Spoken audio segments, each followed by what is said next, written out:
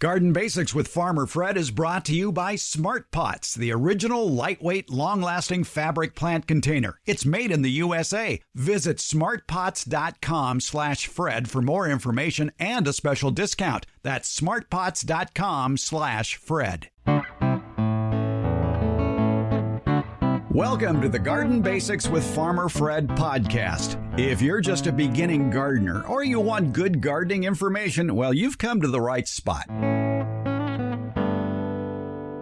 If you have a lot of leaning trees and shrubs on your property, chances are there's an ill wind blowing around your home. Our favorite retired college horticulture professor, Debbie Flower, has some ideas on helping your plants survive, even thrive, in areas with persistent winds. UC Davis Arboretum Superintendent Emeritus Warren Roberts tells us about a popular fall blooming plant of the week. It's the Goldenrod, also known as Solidago. And as you will find out, it's nothing to sneeze at. It's on episode 143 of the Garden Basics with Farmer Fred podcast, brought to you today by Smart Pots and Dave Wilson Nursery. And we'll do it all in under 30 minutes. Let's go.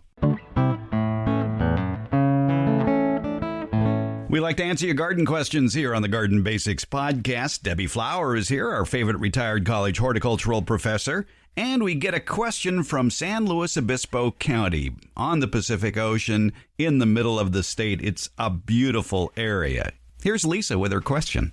Hi, my name is Lisa, and I live in Arroyo Grande, California, 3 miles from the ocean. Any tree I plant always has a terrible leeward bend. Any suggestions? Thank you, and I love your show.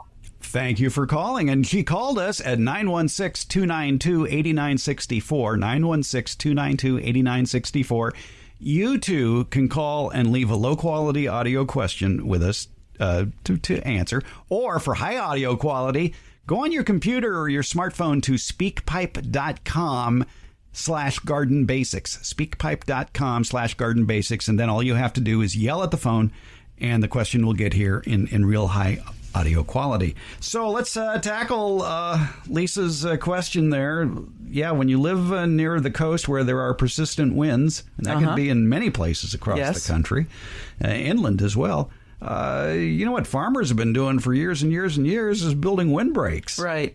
One term we might need to define for landlubbers is leeward or leeward, and that is... Ooh, you must have lived near the coast. I did live near the coast. Leeward. Yes, leeward. My father was a shellfish farmer, yes, for a while. And then he became a professor. But anyway, yes, leeward is to the safe side for a boat. You want to get it out of the wind.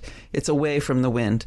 And so it's toward the land from the coast. And that's because the wind is coming off the coast. It's hitting this plant, which is very young, persistently hitting this plant, and it's causing it to bend toward the land. I'm real confused now. I always thought if you had your face in the wind, you're facing windward. Yes. Okay. Leeward is away from the wind. Yeah. So her trees were... bending away from the wind. Away from, okay. To the leeward side. Okay, bending to the leeward side. Yes. Leeward. I will never say leeward again. Leeward, yes. Well, live around guys who are on boats all day. Yes. That's what they say. And you're absolutely right. A windbreak is the thing to do. When I lived in Reno, it's a very, very windy place because it's right on the east side of the Sierra Nevada. And the winds come, the cold air, it comes up the California side. The air goes up the California side. It cools off at the top of the hills, and then it comes zooming down on the Reno side. And it was so windy that I used to joke that one day the wind stopped and I fell over because I'd been walking at an angle all the time. Anyway. Yeah, that's it. Well, that's interesting because I once did a really stupid bike ride that went from Lake Tahoe to Baker, Utah, along Highway 50. And so that's a west to east. And every afternoon while doing that, there would just be heinous winds out of the south. Out of the south? Out of the south, yeah. And they would pick up in the afternoons. And you're saying in Reno, which is not that far north of Highway 50, that the winds were coming out of the west? Yes. Huh. Okay. Yes, it was so bad I couldn't the playgrounds, my kids were young, and the playgrounds had sand in them, and you just got sandblasted. It was horrible. But anyway, they had a display, actually. When they finally put together a display garden in the Walter Mays Arboretum, they had a display by a local landscape architect of windbreaks for that reason, because there were so many problems with winds in gardens in Nevada. So the windbreak is the solution. A row of tall plants, poplars, Lombardy poplars are often used. To create a windbreak, something tall and narrow. The casuarina I have could be used for that. In the garden, they did man-made ones with posts and wove rubber, actually, strips through it. And the big thing to understand about a windbreak is you're not building a wall. You're not trying to stop the wind. If you build a solid wall, the wind will hit it, it will go up the wall, pick up speed, come over the other side. It'll miss a section right close to the fence, but when it comes down on the other side, it'll come down even harder. So you're just revving the wind up by building a wall that it will hit. You want to build something that has spaces between it. So a row of trees with spaces between it, or some sort of posts, fencing, but it has to have spaces between it. When I lived in the country, we were battered every winter by the winds out of the southeast, to the point where truly that side of the house was sandblasted, and water would seep in underneath the patio door and through the windows. And I started doing a lot of research about windbreaks. And there are plenty of eucalyptus trees in that area of Sacramento County out in the country. And I started planting eucalyptus seed, but I planted 3 different varieties about 200 feet, 150 feet away from the house. The first row was the Eucalyptus leucoxylon, which tops out at about 25 or 30 feet. Then, those trees were spaced in a row running perpendicular to that winter wind. To that corner. To that winter wind. To the wind, yeah. Okay. And those trees were spaced 8 feet apart. The next row up, moving closer to the house, was 20 feet up the hill from that. And I planted another variety of eucalyptus that got about 40 feet tall. So it went from a 20-foot row to a 40-foot row. Then the third row I planted was Eucalyptus globulus, the blue gum tree, which gets 50 to 60 feet tall. So what you ended up with, if you were looking at the tops of the trees, it would look like the design of an airplane wing. And an airplane wing is designed to add lift. To get the wind off the top. Yeah, and to raise whatever it is. And it turns out, and it works, that if you have 3 rows like that, whatever the tallest row is, it's going to protect up to 7 times that height. Away from it. From the wind. So with those 50-foot eucalyptus, along with those 2 other rows, it raised the wind up to 50 feet times 7, 350 feet. It protected. Wow. So that house was protected. So if Lisa has a lot of property, she could probably not, but whatever. They would have to be salt tolerant plants because she's right near the coast. But she could build a windbreak out of different heights of shrubbery. They too will be battered by the wind, and so she'll probably never get anything as tall as 50 feet, but she will get a protected area on that far side of it, the inland side of it. My guess, being in Arroyo Grande, it's very expensive real estate, and they're very small lots. So let's delve into some reality for Lisa. Yes. And maybe just go with evergreen shrubs. They're going to bend as well. They will? Yes. So if you go to the coast and look at evergreen trees, let's say conifers, pines, they are all sort of low and wide because they're beat by the wind all the time. So if she had some sort of posts, it'd have to be very tall. She could get a lot of telephone poles, and then your neighbors will love it, Lisa. weave the rubber between them and leave spaces between the rubber, and that will stop the wind. Or a bamboo fence that's very tall and very securely attached to posts. It's going to be tough. And you probably have CC&Rs that wouldn't allow you anything more than 8 feet tall. Probably, Yeah. yes. It's going to be tough. Move, Lisa. Yeah. Go inland. Do something. I wonder about a shade sail that's on an angle. This is producing the wall, and but it's sort of reproducing the structure you were talking about that you made with the eucalyptus, where it's low at the one end and goes up high. That would take the wind up over the top. You'd have to really secure that shade sail. Okay, well, explain this one to me, Lucy.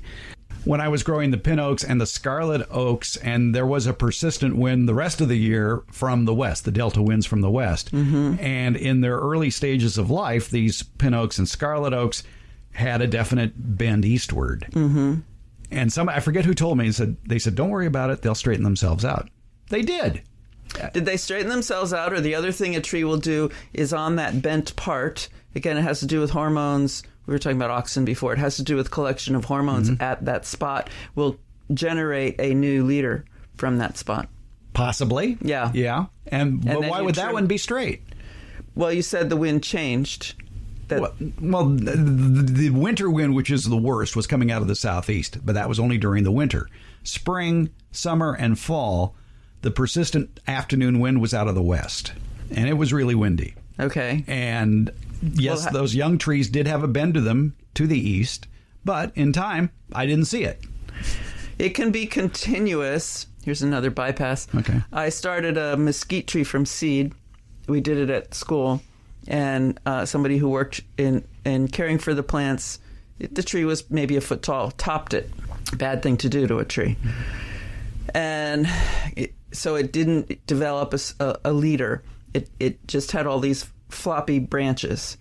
And so I staked up a branch, and it bent over at the top, and then another branch formed, and it bent over at the top, and another branch formed, and it bent over. So it just was a continuous addition of at that bent spot, it got a new branch, which then would get to a certain height and fall over itself. And then at that bent spot on the second branch, it would bend over and it would throw a branch. And then the third branch would throw a branch. And I now have a mesquite tree that I can walk under that has a relatively straight trunk from all of those new branches growing together as a single trunk. So plants can be pretty amazing.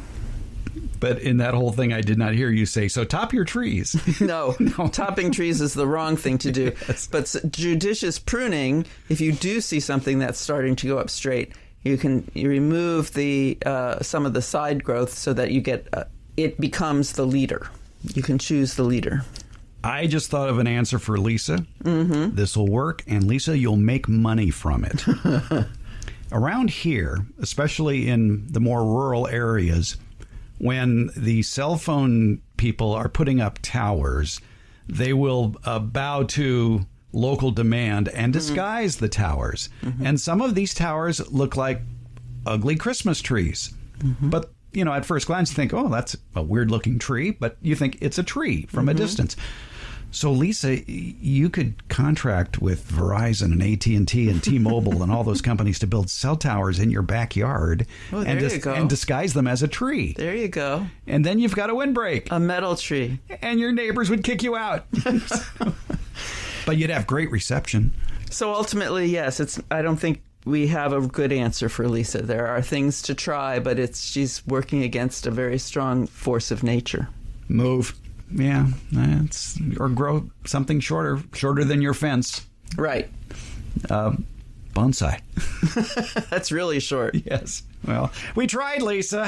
Thanks for your question. We'll move on. Debbie Flower, thanks for your help on this. Always fun to do this, Fred. Thank you.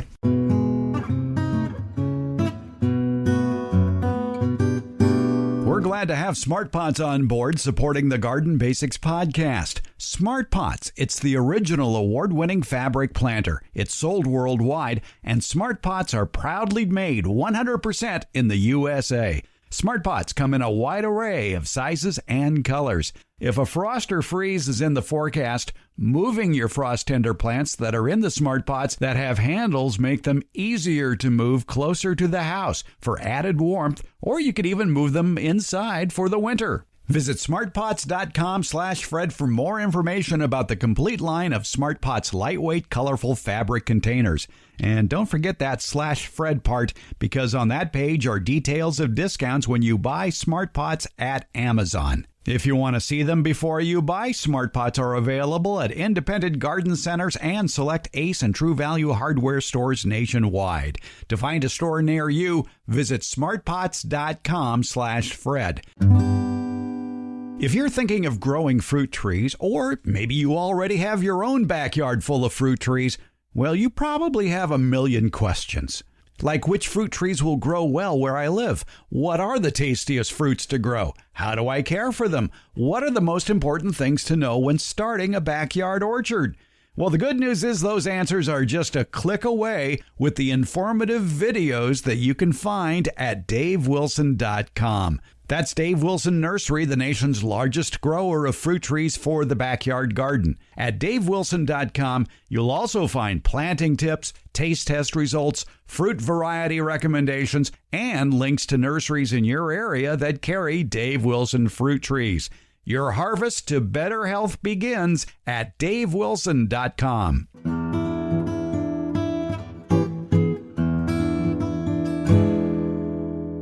Every week, we like to talk with Warren Roberts. He's the Superintendent Emeritus of the UC Davis Arboretum and Public Garden. He always has an interesting plant of the week for us, something that might be putting on a show right now where you live. And today's plant is one that is widely available and widely grown. It's nothing to sneeze at. It's goldenrod. Goldenrod. Well, let's take your phrase, nothing to sneeze at. As a matter of fact, contrary to popular opinion, the goldenrod does not cause hay fever. Are they paying you to say that? No, I don't have any investment in that. No, that's you could that is printed on most information that you find out about Solidago. However, many of them are used as medicine, so it's not so much causing trouble as it's helping cure difficulties, health difficulties. We won't go into that today, but you can look for that. People can look that up on the web. Solidago, goldenrod, medicinal uses. Now, as is often the case, the scientific name is subject to science. So if new changes are found, then the nomenclature sometimes shifts. Luckily for Solidago, most of the cultivated ones that we have are Solidago still. But there are some of the ones in cultivation are now called Euphamia, some are called Bigelowia. There are about 5 more, mainly native to the southeast U.S. and actually on into the western United States, down into Mexico. There are some species, or genera, which are just found in the deserts, but Solidago is the main generic name to use. Now, there are different forms of Solidago. Some are ground covers, some are tall. They do tend to move around in the garden a little bit, but they're useful. Now, Solidago can come in any color that you want as long as it's yellow. Now, there are some hybrids between goldenrod and Michaelmastasi. They're called Solidaster, but they pretty much look like goldenrods too, the ones I've seen anyway.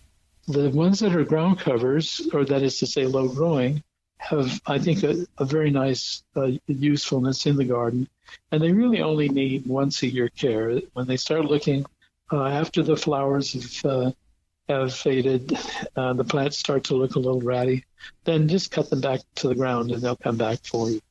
They can also be propagated easily by division. So a pretty useful genus for the garden. Some get really tall at 4 feet or so, and then some are low growing. So you have your choice with this useful genus of flowering plants, and they produce a lot of color this time of year. So a good fall blooming plant. And they're not very particular about the soil they're in, are they? No, they're not.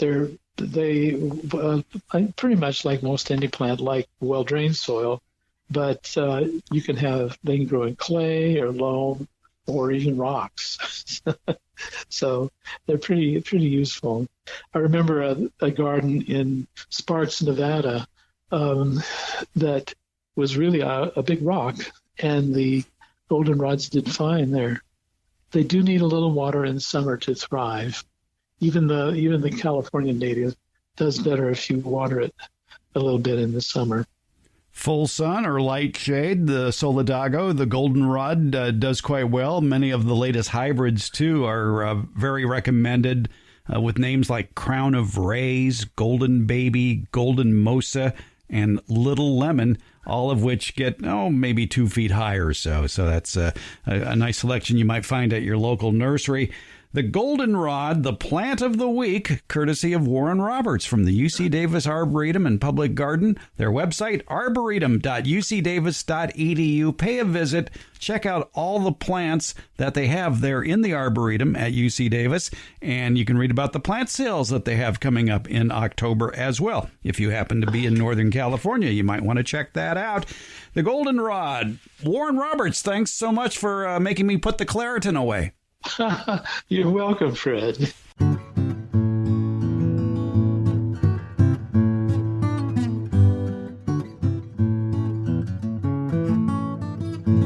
Because there are so many demands on your time these days, I like to keep the Garden Basics podcast to under 30 minutes. But still, there's a lot more to tackle on all the garden subjects we bring up on the podcast. So for that and a lot more, we're starting up the Garden Basics with Farmer Fred newsletter. It'll be on Substack. It'll go into more details about what you just heard on the latest podcast.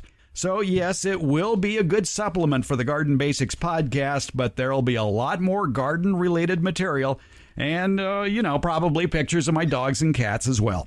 It's the Garden Basics with Farmer Fred newsletter. It's on Substack. And best of all, it's free.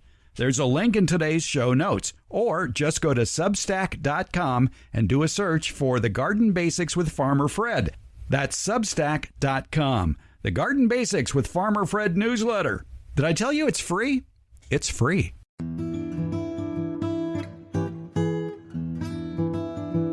Garden Basics comes out every Tuesday and Friday. It's brought to you by Smart Pots. Garden Basics is available wherever podcasts are handed out, and that includes Apple, iHeart, Stitcher, Spotify, Overcast, Google, Podcast Addict, CastBox, and Pocket Casts. Thank you for listening, subscribing, and leaving comments. We appreciate it.